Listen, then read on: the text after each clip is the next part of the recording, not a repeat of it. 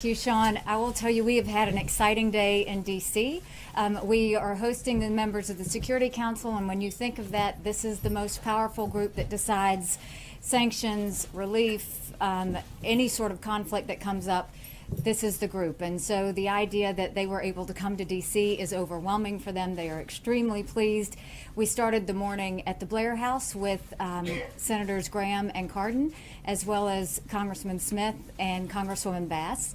So they had a lot of interaction, probably about an hour and a half, talking about issues from budget all the way to peacekeeping issues, as well as conflicts in North Korea and Syria, and then with the problems in Iran. So it was a very healthy discussion there. From there, we came over to the White House, and the president greeted all of the members, had his picture taken with them, and then we all sat down for lunch. And it was an open dialogue, very much of the members wanting to hear from the president what his plans are, what he was going to continue to do on Syria or not continue to do, North Korea. All of those issues are certainly at the forefront. And the idea that he would have that dialogue with them is tremendously helpful to me. Whereas, in the Security Council, we need them to really engage. We need them to now know that we are about action. And I think that what we've tried to do in the UN is really bring reform in the way we spend, reform in the peacekeeping operations, but also reform in the resolutions that are passed, that what we pass actually means something, and that there's accountability in what we pass. And so I think they heard that loud and clear today from the president. I think that they are thrilled with the engagement that they had, and I think it shows that the president's very engaged on foreign policy, and they see that. The idea that he would sit down and want to talk to them about each of their countries and the Security Council collectively is massive for a president to be able to do this, and it was certainly helpful for the United States. Now they are in briefings with General McMaster, focusing on North Korea, also focusing on ISIS, and engaging on that front, and we'll continue to have other conversations as well. But as far as we go, great day for the Security Council, great day with the president, and certainly more good to come out of this meeting. So thank you very much. I've got some ambassadors waiting, and we will talk to you soon. Thank you. Thank you, Ambassador. So without further ado, Secretary of the Treasury, Steven Mnuchin. Seems like I'm becoming a regular here. It's nice to see all of you again. Earlier today, the United States Department of Treasury's Office of Foreign Asset Control imposed sanctions in response to the April 4th, 2017 sarin attack on innocent civilians by the regime of Syrian dictator Assad. OFAC is sanctioning 271 employees of Syria's Scientific Studies and Research Center, the Syrian government agency responsible for developing and producing non-conventional weapons and means to deliver them. OFAC has targeted these 271 employees because they have expertise in chemistry and related fields or have worked in support of chemical weapons programs since at least 2012. Today's action, less than 3 weeks after the attack on Khan Sheikhoun, is one of the largest ever executed by OFAC. In a single action, we are more than doubling the number of individuals and entities sanctioned since the start of the Syrian conflict pursuant to Syria-related executive orders. These sweeping sanctions are intended to hold the Assad regime and those who support it, directly or indirectly, accountable for their blatant violations of the Chemical Weapons Convention in UN Security Council Resolution 21-118. The United States is sending a strong message with this action that we will not tolerate the use of chemical weapons by any actor, and we intend to hold the Assad regime accountable for its unacceptable behavior. The Treasury Department, together with the Department of State and our international partners, will continue to relentlessly pursue and shut down the financial networks of any individuals involved with Syria's production or use of chemical weapons.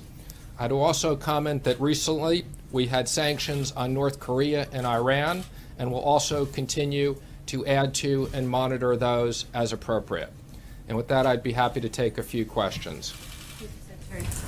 Is this the only round of sanctions we can expect against Syria in the wake of that chemical weapons attack, or are you considering more? And are you considering the possibility of sanctions against Russia for not going far enough to try to dissuade Assad? We don't comment on the specifics of sanctions that we are going to do in the future. But again, what I will tell you is these sanction programs are very important, they're very effective, and we will continue to use them to the maximum amount available by law. Secretary, on the budget, is the border wall a deal breaker for the president, even to the point of a government shutdown? I'm not going to comment on the specifics of that, but what I will say is I was in a meeting this morning with Director Mick Mulvaney and other senior people. The president is working hard to keep the government open and addressing various issues. Secretary, can you tell us what these sanctions actually do? What is different today than was different yesterday before OFAC moved?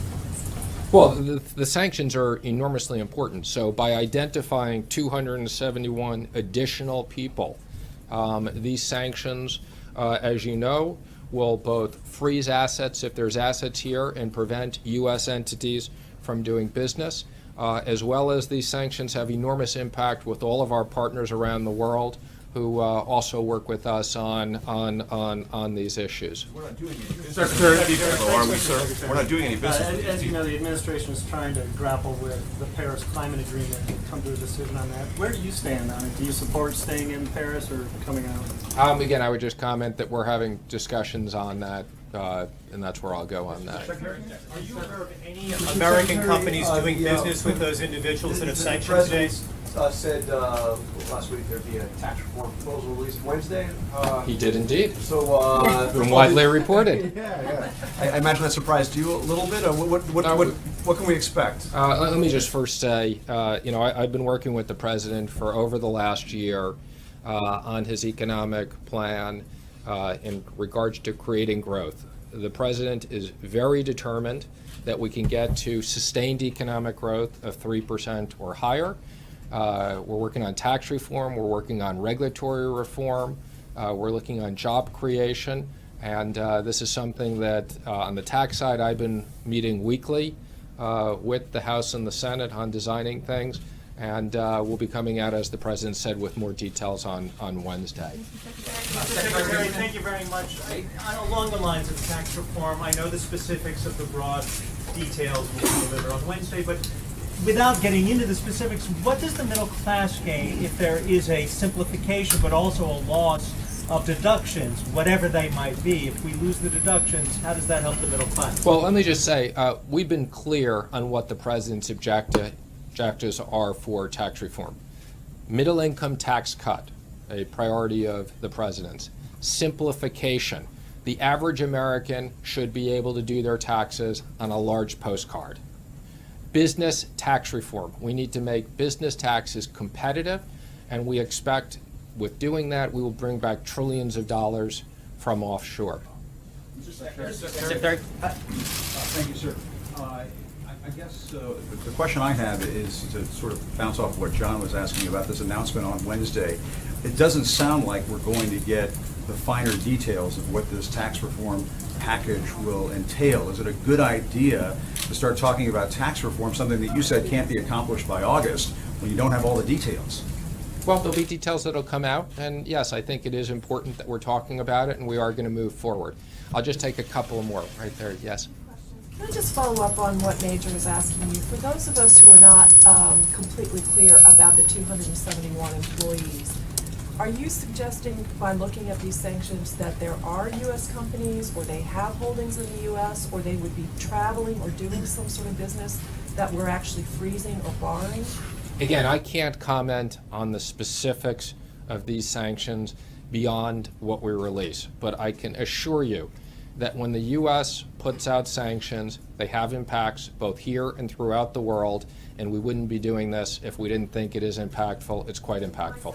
One more back there, yes. Mr. Secretary, would you say that simplification of the tax code or cuts would be the first priority? You've mentioned both the postcard and closing the gap with growth, but which is first thing that we're going to hear about on Wednesday? Again, what I'd say, on the personal side, we're about a middle income tax cut and simplification. On the business side, we're about making them competitive.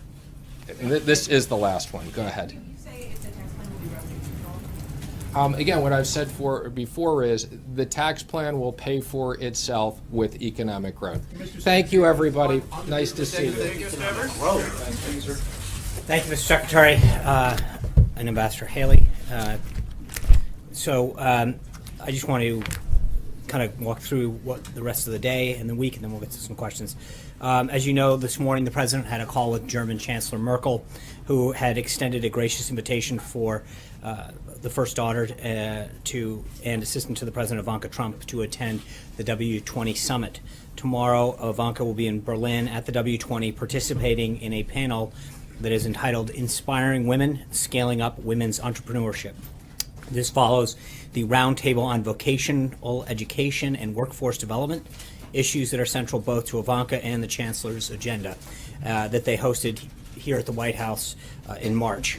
While in Germany, Ivanka will also visit a school for interactive tour and discussion with students participating in the Apprentice program. In commemoration of Holocaust Remembrance Day, she will visit the memorial to the murdered Jews of Europe in Berlin. A readout of the President's and Chancellor Merkel's call should be out already. Following that call, the President spoke with Dr. Peggy Whitson, the commander of the International Space Station, via video teleconference. As I told you guys last week, Dr. Whitson, who is on her third extended stay aboard the International Space Station, breaks the record for the most space time of any American astronaut. The President was honored to celebrate this incredible achievement by Dr. Whitson and the American space program and discuss the exciting future of space exploration and space science, including how the Inspire Women Act, which the President recently signed, ensures that NASA continues recruiting women for important STEM-related jobs in aerospace. After that, as I mentioned at the top, the President had a working lunch with UN Ambassador Nikki Haley and the other ambassadors of the countries that are part of the UN Security Council. Under the President's leadership, America has once again taken a leadership role on the world stage, and our global partners have welcomed this renewal of American diplomacy.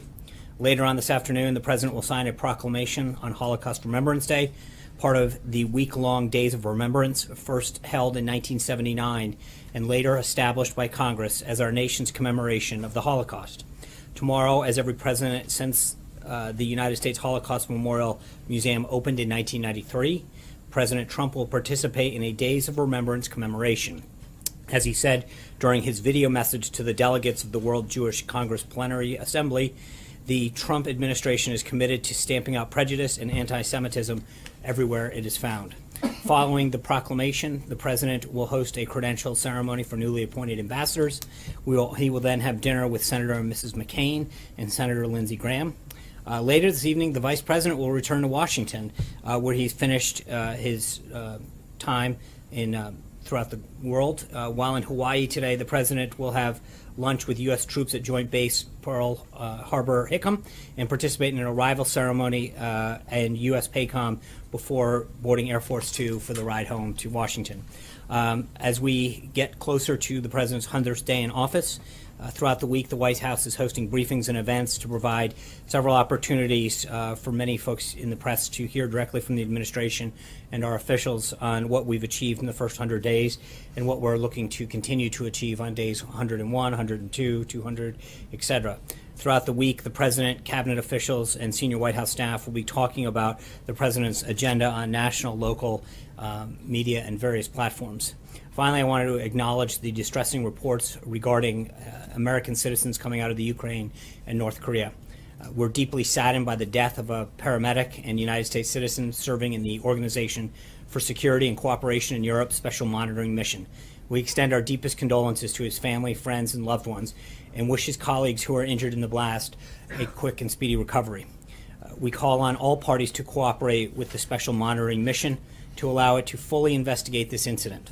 The tragic death of a staff member only serves to underline the urgent need for all sides, particularly the Russian-led separatist forces, to implement their commitments under the Minsk agreements. We are also aware of reports that a United States citizen was detained in North Korea over the weekend. The protection of United States citizens is one of our government's highest priorities.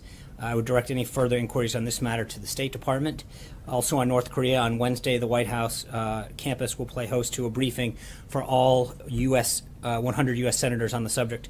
The briefers will be Secretary Tillerson and Mattis, Director Coates, and General Dunford. This is a Senate briefing convened by the Majority Leader, not a White House briefing. We are just serving as the location. For further questions, I would direct you to the Majority Leader's office and the office of the 4 briefers. With that, glad to take a few questions. Talking about the budget, how committed is, if this was asked earlier, but can you talk about how committed the president is to having the border wall funded this week, or having some funding in that spending bill? And if it is not in there, will he sign it? Well, again, those negotiations continue with House and Senate leadership.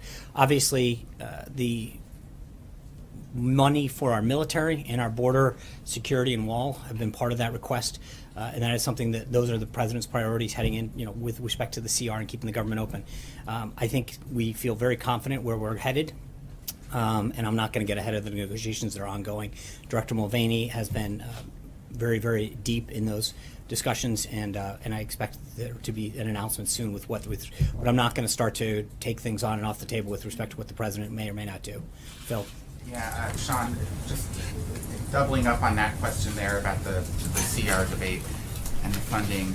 Does he specifically expect there to be funding for the border wall, or would border security measures be enough to satisfy the president? And how do you differentiate between the two? For example, what could be funded in the CR that you could say is part of the wall, even if it's not explicitly right? So there's obviously a a lot of components to that. You've got fencing and drones, and I don't want to get ahead of those negotiations. They are ongoing, but the president's priorities have been very clear from the beginning. It sounds, Sean, just to follow up, are we backing off on the wall? Are we saying it is on the table? No, we're saying that the president has made very clear that he's got 2 priorities in this continuing resolution. Number 1, the increase in funding for the military, and number 2, for our homeland and border security and the wall. But I'm not going to start to get into, we were having a negotiation with House and Senate leadership, and to prejudge where it ends up at this point would be, would not be prudent. Trey. I have 2 questions for you. On the Syrian economic sanctions, how will the administration determine how effective they are? Well, I think there's going to be a lot of ways, but I think first and foremost is to send a clear signal to make sure that they understand that we don't take their actions lightly. And that we want to do everything we can to have stability in the region. So I think there's going to be a lot of ways in terms of their behavior going forward that we'll know whether they're working. But I think, as the president has made clear, and Secretary Mnuchin just did, I think we have a lot of tools at our disposal to try to achieve an outcome that brings stability to that region. And my second one on North Korea, the fact that a 3rd U.S. citizen has been detained by the regime in Pyongyang, does this make it more difficult for the president to negotiate through China to try to denuclearize North Korea? No, I think China, and we noted it before, Ambassador Haley noted it in several interviews this morning, but China has been very, very helpful in this process and continues to be, and I think we hope to see a change in behavior, but it is a very positive sign, the level of engagement that China has enacted. Is the Trump administration calling for the release of this U.S. citizen currently being detained? Well, absolutely. I mean, we want to make sure that all of our citizens are protected and returned home, but the State Department is playing the lead on that. Eamon. Thanks, Sean. As you know, there's quite a bit of concern among Republicans on Capitol Hill about the federal deficit. When you roll out the tax plan on Wednesday, are you also going to include pay-fors in there? That is, those things that raise revenue as well as those things that are tax cuts, so that conservatives can be confident that this won't blow a hole in the deficit? Yeah, I think we will have further details. I'm not going to get ahead of the president's rollout, but I'm not going to the level of specificity in terms of the pay-fors and the cost. We'll have to see it, how comfortable the president is. Jennifer. Sean, can you tell us if the president is aware of the American pastor jailed in Turkey, and did he raise that with President Erdogan when he called Monday to congratulate him? I'm not going to get into the specifics of the president's conversation. We're obviously aware of that action, and we're going to continue to work through the State Department on that. Jordan. Thank you, Sean. Can you explain why President Trump didn't use the word genocide to refer to the killing of 1.5 million Armenians in the statement today? Yeah, the statement that was put out is consistent with the statements that have been put out for at least several of the past administrations. So I think if you look back to the language that President Obama, President Bush, et cetera, have used, the language that the president used is consistent with all of that. Katie. Topics. First, the border wall and the logistics of that. Secretary Kelly said he still expects construction to start this summer. There are still a few ranchers in Texas and Arizona who welcome the security but are skeptical of giving up family-owned land that's been in their families for generations. So what is the White House message to them directly, and what can you guarantee that they'll be compensated? I think we will do everything in accordance with the law. This has been an issue that has gone on several times as that issue has been raised over the last several years. And so we will do everything in accordance with the law with respect to the land that's needed for that. But again, the Homeland Security Secretary understands what's going to be needed, and we'll do surveys and the appropriate planning to make sure that we minimize that to the extent possible. Question, on a different topic. The FBI and Justice Department last week arrested 2 doctors in Michigan for allegedly performing genital mutilation on little girls as young as 6 years old. It's the first case in the United States. What is the White House reaction to that case? Yeah, I mean, we've talked before about pending investigations, and we don't comment on any pending investigations or actions by the Justice Department. Major. Is 100 days, as the president said on Twitter, a ridiculous benchmark or an important one? Well, I think obviously in the context of an entire administration, there is a lot that I think we feel very proud that we've done and taken care of. When you look at the immigration piece in particular, border crossings way down, the number of executive orders and pieces of legislation the president signed, I think we feel very proud of what we've been able to accomplish and fulfill the promises that he's made to the American people.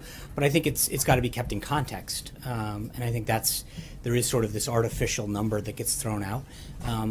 So on one. Well, I mean, the context is it's 100 days, and you have 4 years in your first term, and 8 years for 2 terms. That I think.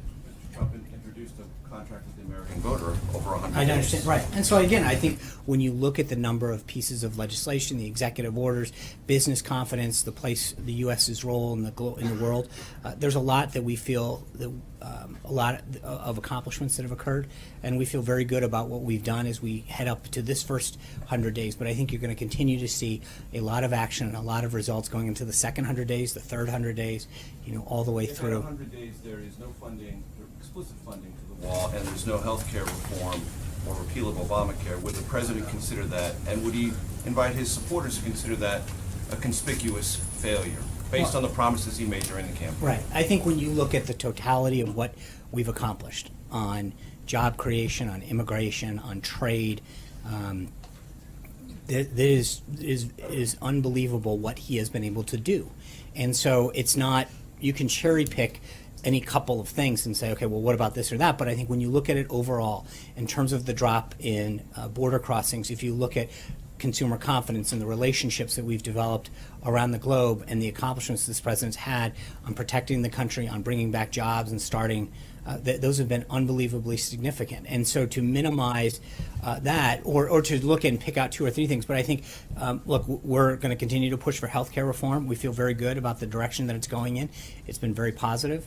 And I think that the construction of a wall is going to continue to be an area that moves forward. But all of that stuff is happening just as the president asked for and committed to doing. Some of it, has been a little slower, but mostly because of working through Congress and getting things done. But when you think about what he's started, he'll move forward on tax reform, health care, on immigration, on trade. It's been a hugely successful first 100 days. And without the president necessarily describing it as a failure or not, would he say that he's learned something about the process and how long things take that he perhaps didn't appreciate as a candidate? Maybe he overpromised on the speed with which he'd achieve these things? Now, look, with all due respect, I think that when you look at the lists of things in each of the various areas that he's been able to do, I think he's very pleased. I'm talking about some conspicuous campaign promises that rally after rally he Right. made and said, don't worry, it's going to happen. Right, and I think on health care. All I'm asking is, does he have a different awareness of how difficult those things are than he did as a candidate? I'm sure that there are things that you learn in the job, but I think that he is very proud of what he has set out to do and the progress that we've made. And I think you're going to see healthcare get done, but it's going to get done right. And that, in particular, is something that we're continuing to work at. We can't make people vote, but we've made significant progress and moved the legislation forward and improved it greatly. And I think that we are going to see progress on that. Zeke. Two questions on two different topics. First, follow up on Eamon's and the other questions on the budget. Is the president willing to sign a continuing resolution that is not deficit neutral or deficit reducing? For instance, Sign a continuing resolution? Yeah, yes. A continuing resolution that would increase the deficit. I have not seen a score on anything that's come out, and I think we'll have to wait and see what the final. You're not ruling that one way. I'm not at this point. And following up on Jordan's question, the president has talked a lot about, has not been shy about criticizing his predecessors for some of their missteps from both parties, and also hasn't, has made a point of often blocking convention. So why not take this moment to label the killing of 1.5 million Armenians a genocide? I think, again, as I noted to Jordan, the statement that the president put out is consistent with the last several administrations. I understand that, but there is it is perfectly in keeping with the language that's been used over and over again. John. Yeah. Sorry, I was right. Well, you had your hand. Would you agree with the assessment that some within the administration have that a vote on health care this week is very, very unlikely? I think the vote is going to get scheduled when Speaker Ryan and Leader McCarthy and Congressman Scalise determine that they have the votes and they feel confident. I'm not. I think we've been very clear. The president made it clear on Friday when he was walking back over from the Treasury Department that if it happens and we have the votes this week, great. If it's next week or the week after, but I think we want to make sure that we've got the votes and we're headed in the right direction before putting some kind of artificial deadline. But would you think that this week is unlikely? I think that whenever the Speaker and the leadership over in the House tell us that they feel confident that they have the votes, then we would encourage them to move forward.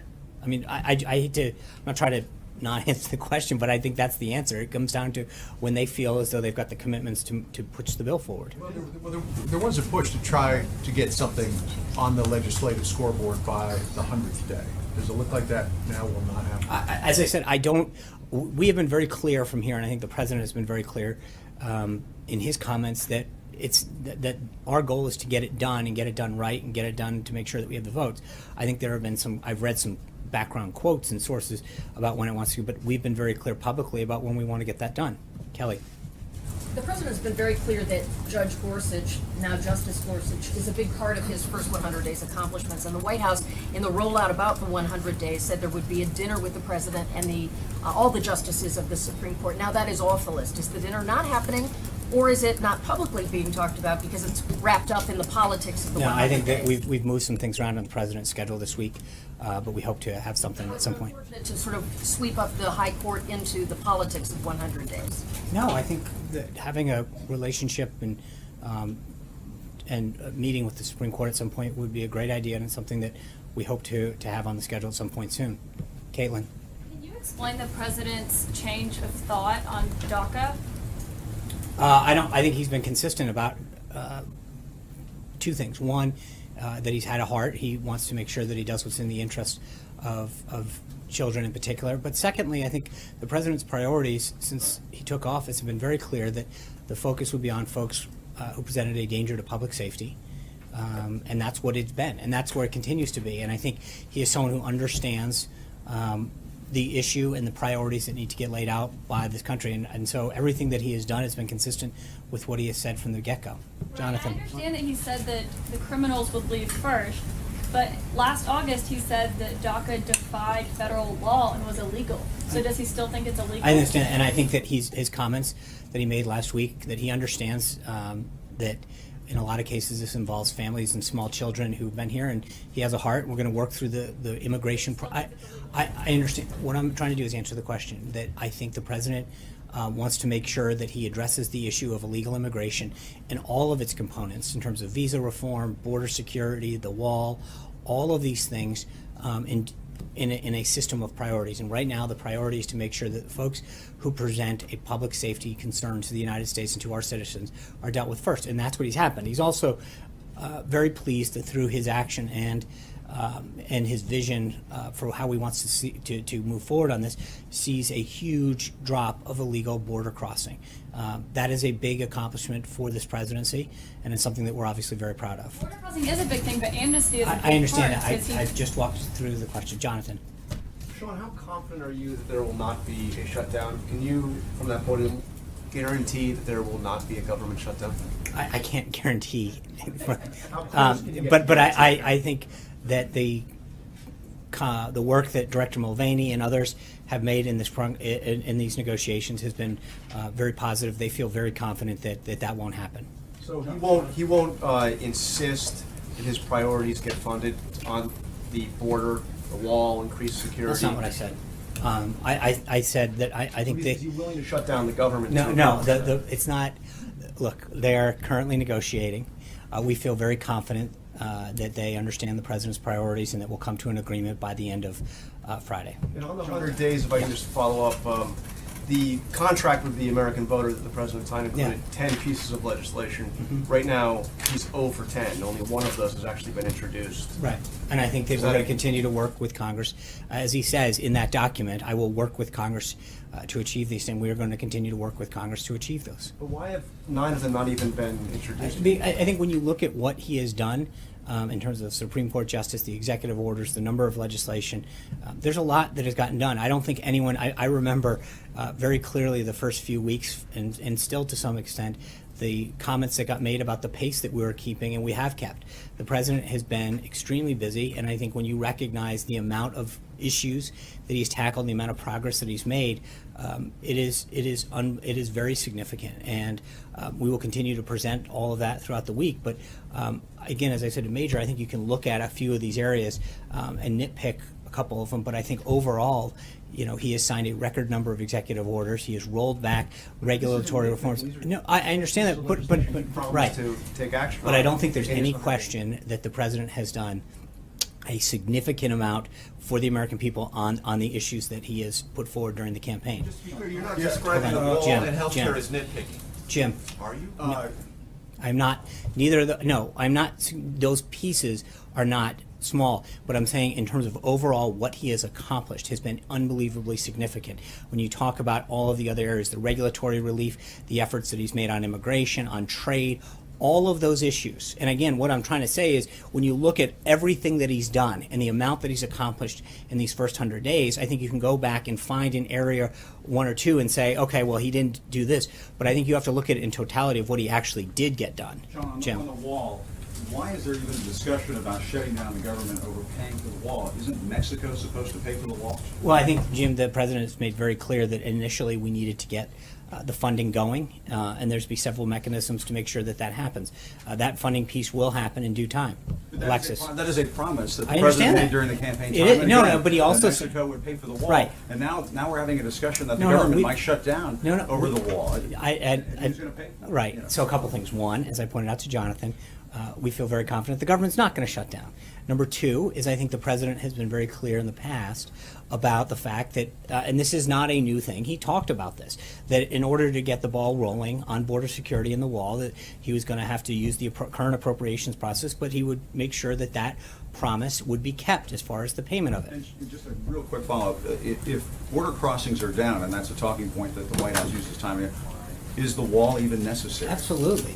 The wall it does several things. How can the border crossings be down? Because the I think- president's saying, well, we're going to have all these drugs flowing in if we don't have the wall. Because you can't, just because you have a couple good months in a year, I think you want to make sure that you take prudent long-term steps. I mean, so the president is going to fulfill, and frankly, it's a promise that he made to the American people. I think if you're coming in from our southern border, he has taken a lot of steps so far that has deterred border crossing, but this is a permanent step that will extend beyond his presidency. 8 years from now, the next president will have that wall in place to make sure that it doesn't continue. So that Mexico's going to pay for it. That's right. Thank you, Alexis. Sean, this might relate to Jim's question too, but on Wednesday, I have two questions. On Wednesday, when we see the outline that Secretary Mnuchin was just describing, will the president help aim Congress toward his decision about whether the border adjustment tax is the right idea? And also related to that, whether the pay-fors for the wall that might be of interest to lawmakers will become evident as part of the outline of what he'd like to do in terms of taxes. Right. Well, I don't mean to evade that, but I think there's a reason he chose. We're waiting till Wednesday to have the details that he wants to share out. I'm not gonna. We got a couple days before that happens, so I'm gonna have to ask you to wait 48 hours. Say whether we will have a generally better I'm gonna- idea? I can Will tell we you- have a generally better idea of where he? I think is you'll have a thinking better is? idea of where the president stands on tax reform and what he wants to accomplish. Yes, John. Wait, I want to follow up. Okay. When you were just describing, and Secretary Mnuchin was describing, achieving an economic growth of 3% or higher, which Mhm. is slightly lower than what the president talked about in the campaign, which was a very ambitious goal of 4%. I'm just trying to figure out, what is the timeline for that? Is the president thinking he would like to achieve 3% or higher in his first term because of the headwinds that were, obviously the United States is facing abroad? I mean, that's a very ambitious goal still, 3%. Right. Well, and I think that he has taken a lot of steps, not just on the tax side, but on the regulatory side as well, that I think are clearly already paying dividends. In terms of we've talked about this before, manufacturing come back and jobs come back, and I think there's going to be a renewed commitment of many manufacturers, American companies, to bring back jobs, to grow, to hire, to expand here in the United States. And so I think that growth will precede the president's actions, both on the tax front and on the regulatory side. John. Thanks a lot, Sean. As you know, the first go-around at replacing Obamacare was not successful.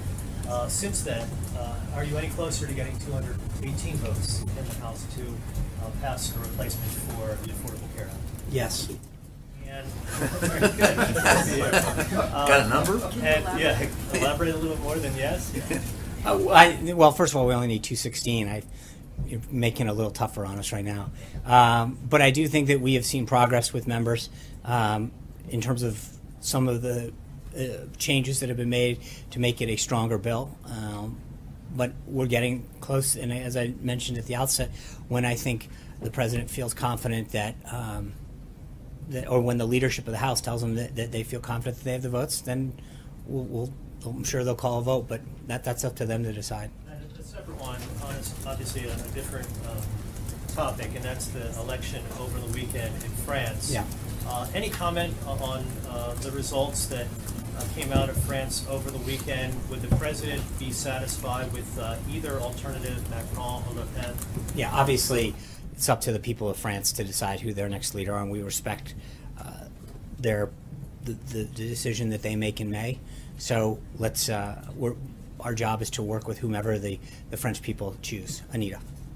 Two questions. One, on the budget spending plan, what is the president doing? I understand Mick Mulvaney and others are doing things. Is he calling members? I don't see anything on his schedule for this week. Are members coming over? What is his? As needed, he'll be involved. I think the legislative team has been giving him updates, and as he's needed. He has talked to members, of course. I mean, I just mentioned he's having dinner tonight with Senator McCain and Senator Graham. He's had lots of discussions with members at various times. We're not at a position now where he is actively engaging on the way he was at, say, the end of healthcare. I think as his team tells him that needs phone calls, but he is actively monitoring and being given updates by the senior team that is working with him. Talking about his priorities, I would like you to include. I think his priorities have been crystal clear. I mean, remember, it's starting in the first week of March. Director Mulvaney engaged with appropriators on the House side, and I'm not sure when he started with. So this has been an ongoing discussion now, almost for 8 weeks, with the senior team here and appropriators in the House in particular. Okay, and then on the second issue, on the 100 days, if as someone mentioned, the president tweeted that it was a ridiculous, timetable or whatever. Why is the White House doing so much this week? You have indicated that all these activities this week, from hearing from different people, are because of the 100 days. Why do this 100-day push if it's a ridiculous amount? I think we've gotten a fairly decent amount of inquiries from you and your colleagues, and so in order to answer those inquiries, yeah, well, we're givers. I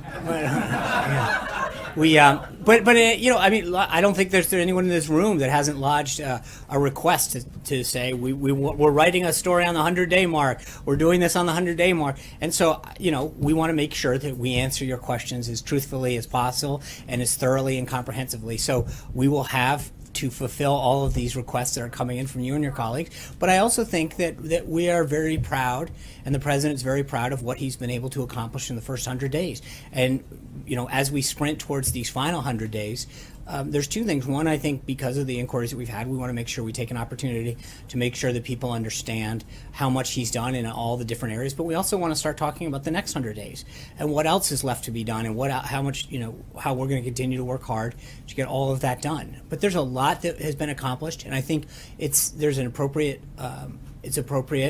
to comment and to share with the American people all of the